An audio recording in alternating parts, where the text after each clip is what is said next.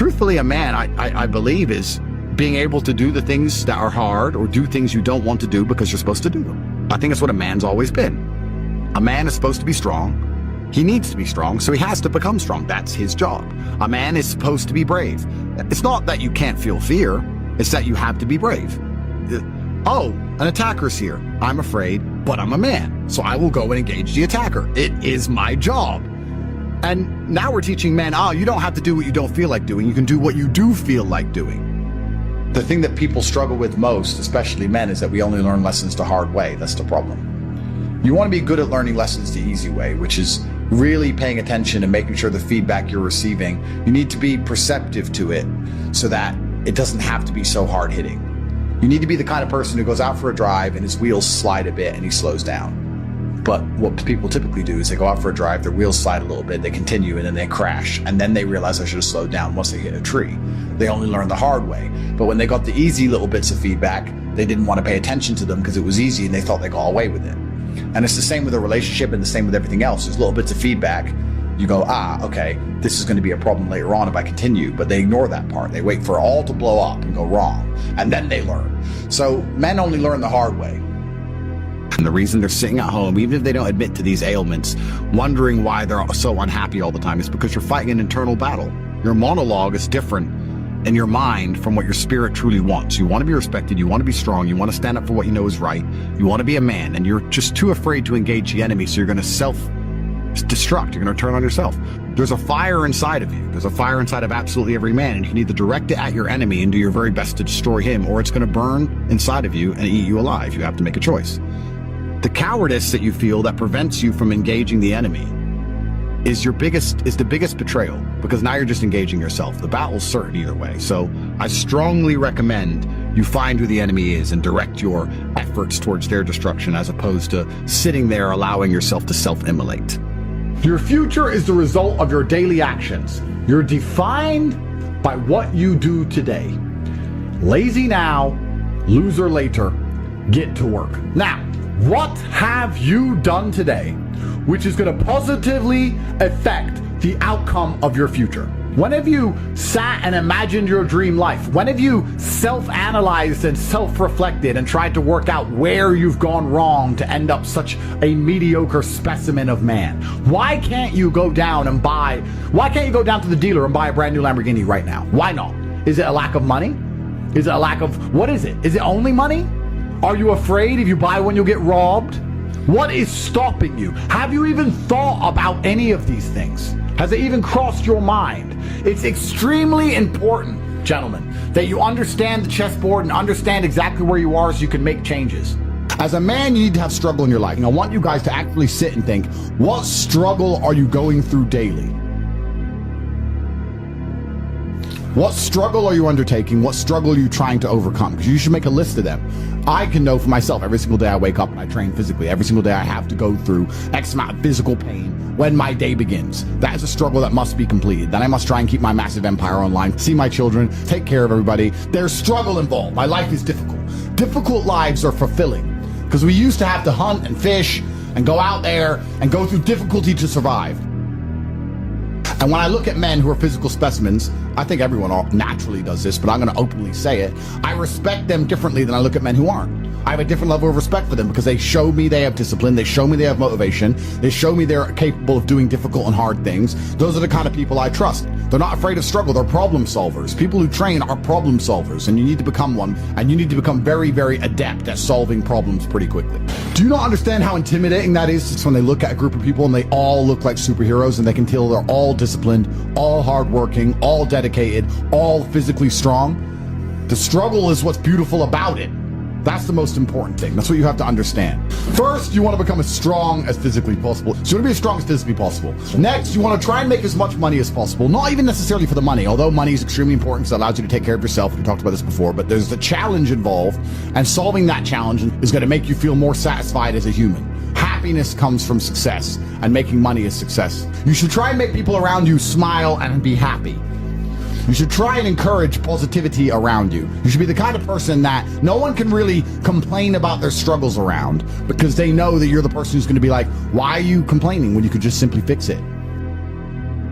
You and your friends need to have friendly competition at all times. Now, you need to meet your friends, and you need to have banter and competition around things that matter. Who's got the most money? Who's worked hardest? Who's discovered XYZ, crypto, stock, new way of generating income? Who's trained that day? Who has the most children? Put some actual competitions together that matter and start competing and being around people, because you are the sum of the 5 people you spend the most time with. Everybody knows this. So why don't you get some genuine metrics that will improve your life?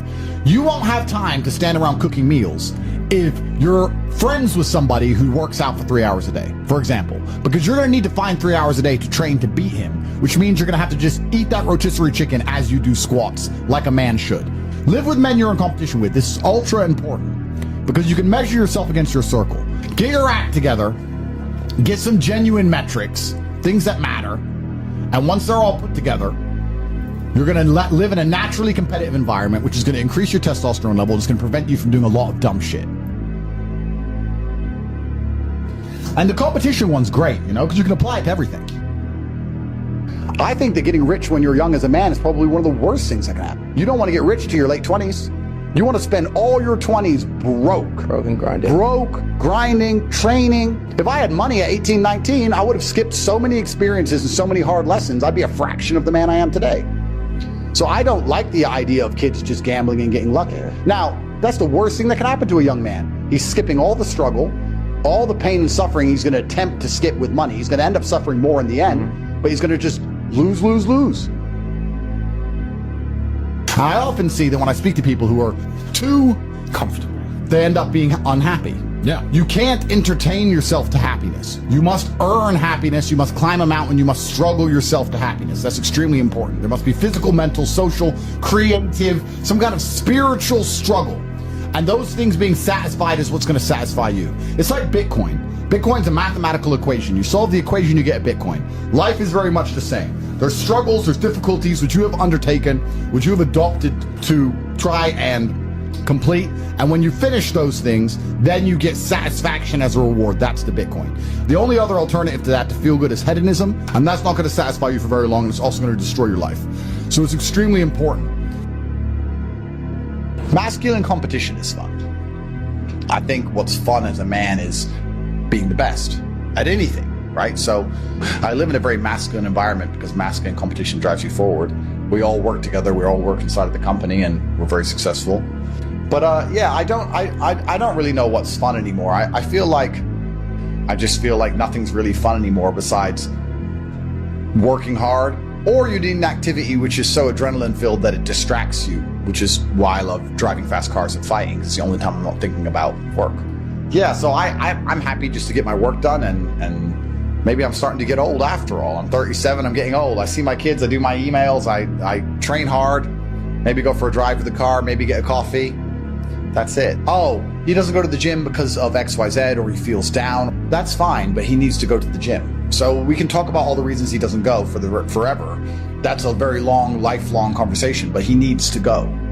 So we've removed the needs, and we've removed the hard facts and the duty and the honor and the commitments, and we've replaced it all with this subjectiveness, and there's nothing more subjective than feelings.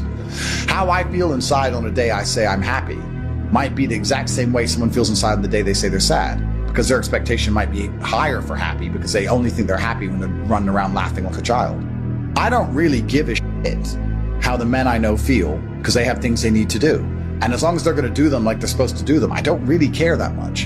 And if they were to come to me and say they feel down about something and they had a good reason, I wouldn't be insensitive. That's fine. But we're talking about a death of a family member or something, and we're talking about 1 or 2 days until you just get back to life. You have things to do. If you're injecting struggle, and that struggle, solving those problems lead to a positive place, once you become addicted to it, you're going to become a machine of monumental achievement.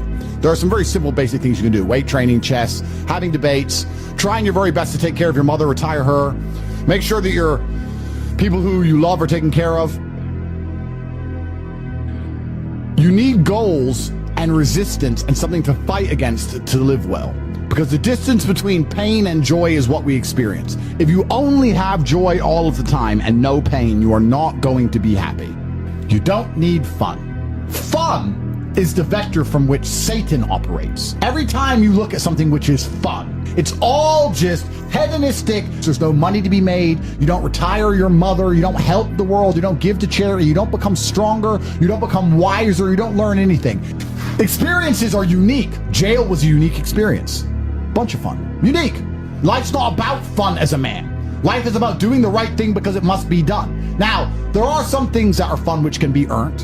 And there are some things which are fun that you could do, which perhaps involve skill. Driving a supercar around a racetrack is fun. It involves skill. You have to be good at what you do. Cool. But a lot of this fun that is easily accessible to everyone, because not everybody can get a Ferrari on a closed racetrack. I can. You can't because you're poor.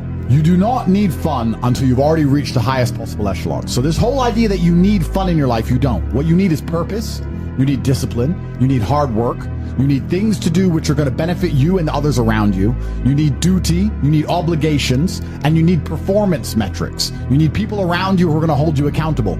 You're nobodies. You're not important. Nobody knows who you are. You're not physically strong. You're not financially wealthy. You have bigger concerns. Your obsession with fun is holding you back. These things you think are fun aren't fun. Action solves all things. Time solves all things. God solves all things. And to sit around and be obsessed with feelings is highly feminine. I don't like that energy around me. I feel sad, I don't cry. Just get on with life. It's the adult mentality. So I'm not sure. Feelings don't cross my mind, if that makes sense. They don't cross my mind because they don't affect my day. So it doesn't change anything, so I have other things to think about. People are afraid of accepting there's a problem because then they know they have a responsibility towards fixing it. Yeah. And they don't want to do anything, one, because they're lazy, and two, because they're afraid they might lose. So they'd rather pretend there's no problem at all. And I think I often say to people in a lot of my videos about a lot of other subjects that it's not always the winning and the losing. It's the fighting in the first place. And there's plenty of men in history you remember who ended up losing in the end.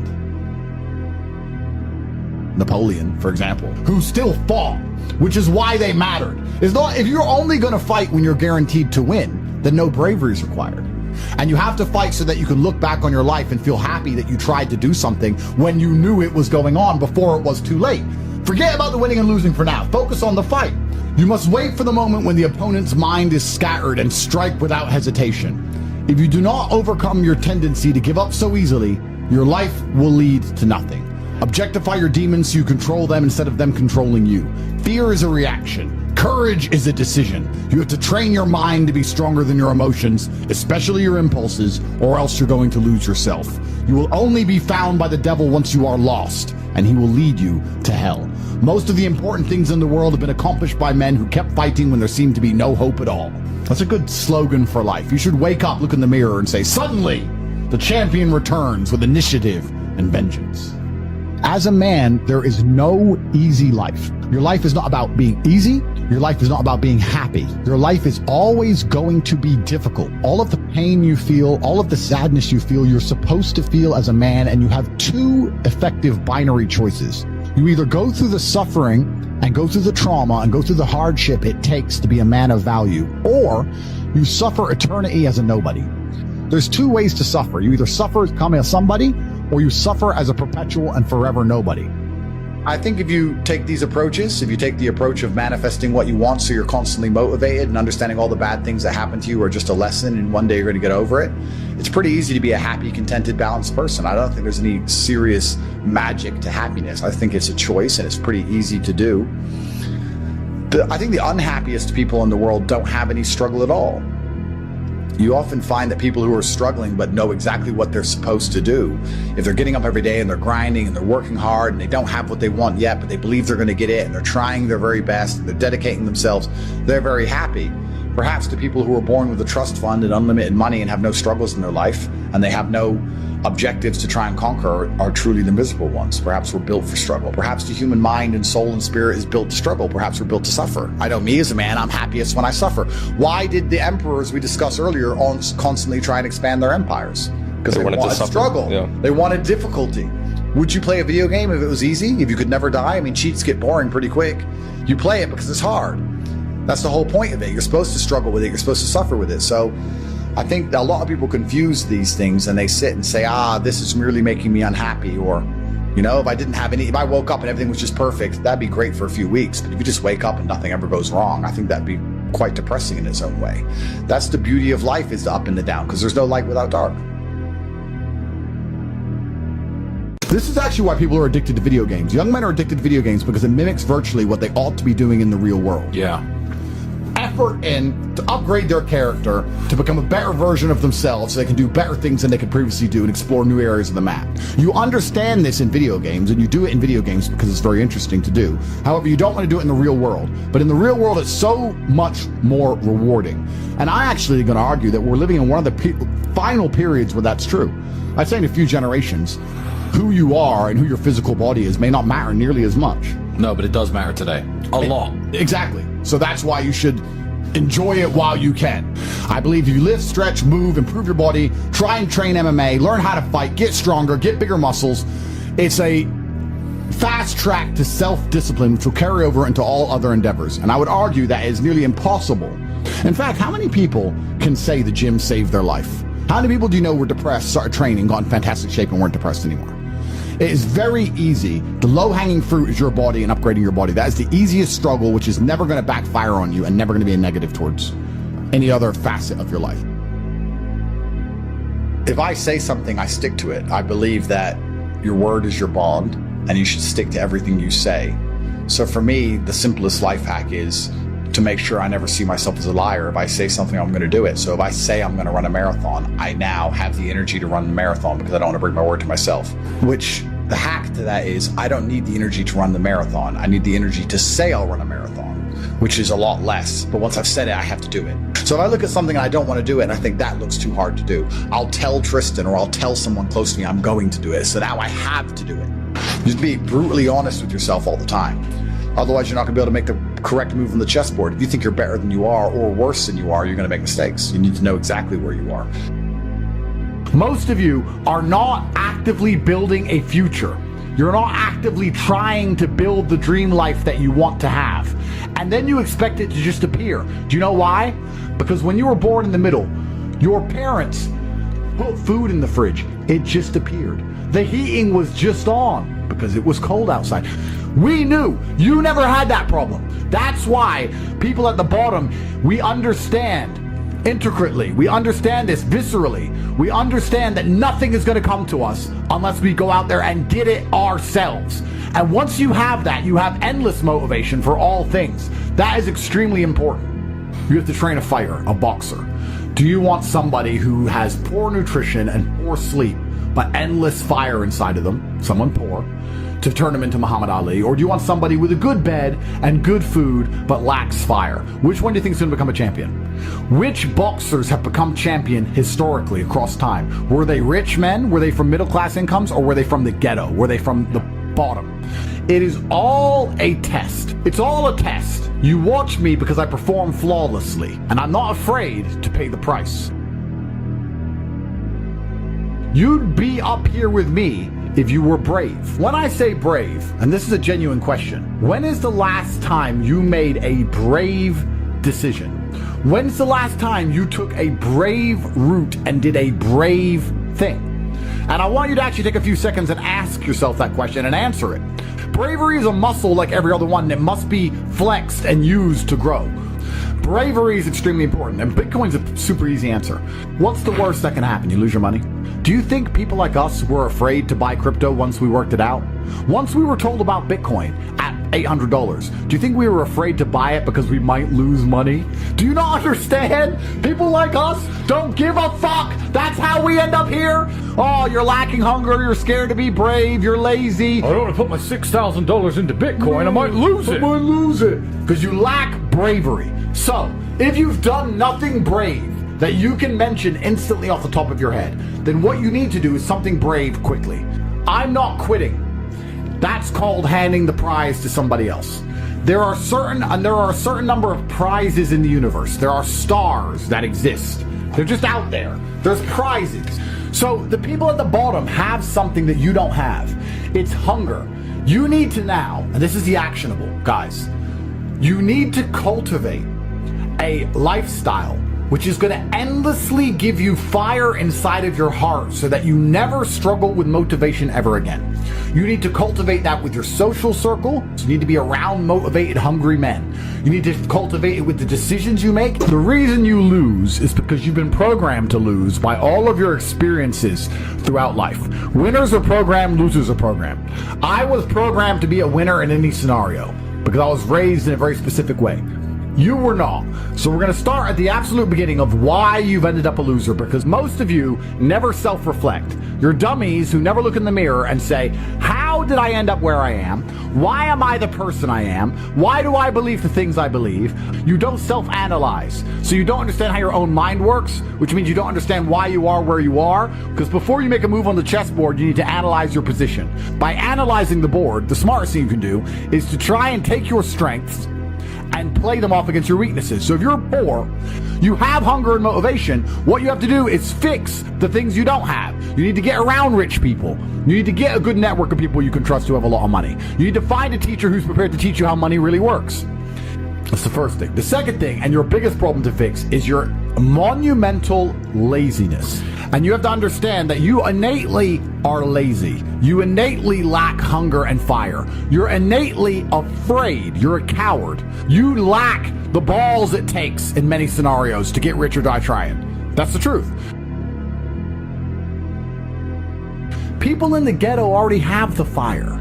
Those brothers already have fire. Yeah. They're already prepared to do anything it takes. You need to ignite the fire inside of you. You need to make sure there's something inside of you that's going to get you motivated like a poor person's hunger, because you've never felt it before. Because the poor don't need motivation. The poor understand what it's like to be taken advantage of, and the poor understand what happens when you have no money and no food. You don't. You're not poor. You have food in your fridge. This video taught me something that goes deeper than just motivation.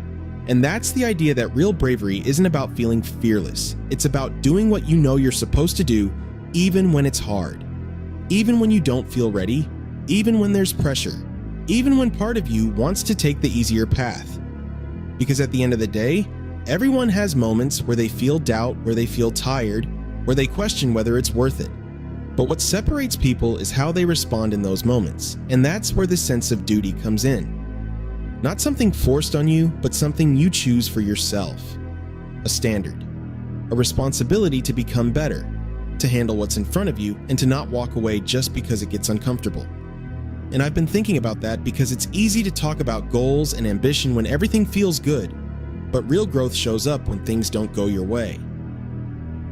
When you're tested, when you're pushed, when you have to decide whether you're going to keep going or fall back into what's easy.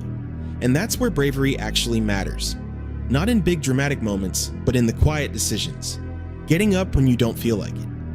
Staying disciplined when no one is watching. Following through on what you said you would do, even when there's no immediate reward. Another thing this made me reflect on is how much your sense of purpose can carry you through those difficult moments. Because if you're only relying on motivation, it's not going to last. But when you feel like you have something you need to live up to, something you owe to yourself, it becomes different. You stop asking, do I feel like it today? And you start asking, what needs to be done? And that shift changes everything. It builds resilience. It builds consistency. And over time, it builds confidence because you start proving to yourself that you can handle more than you thought.